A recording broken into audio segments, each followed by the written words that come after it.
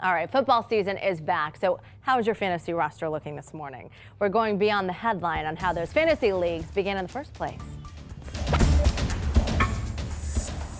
This football season marks 100 years of NFL football. By 1962, Wilford Bill Wickenbach, an investor in the Oakland Raiders, was inspired to bring the fantasy game that he invented and play with other sports, like golf and baseball. Now, if you think he created the fantasy league inside a stadium, think again. Wickenbach and two sports writers, Scotty Sterling and George Ross, created the rules inside a room at the Manhattan Hotel over cocktails. The purpose of the league was to bring Oakland's best football forecasters together to pit their brains and money against each other in hopes of wider coverage of professional football. The very first fantasy football league was the Greater Oakland Professional Pigskin Prognosticators League, which was made up of the founders and friends at the Tribune and the Raiders.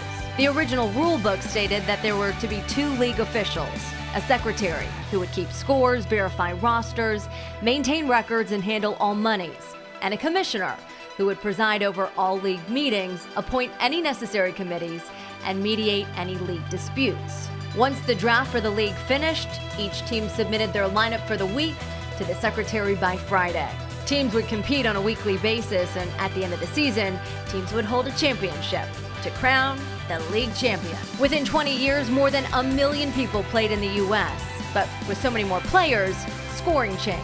It went from a touchdown scoring league only to adding points for yardage and receptions. Plus, with the help of technology, competing in leagues is much easier. Now there are more than 30 million players and counting, creating a billion-dollar industry. And in case you're wondering, during the first days of the fantasy football leagues, the winner of an entire season took home $60 overall.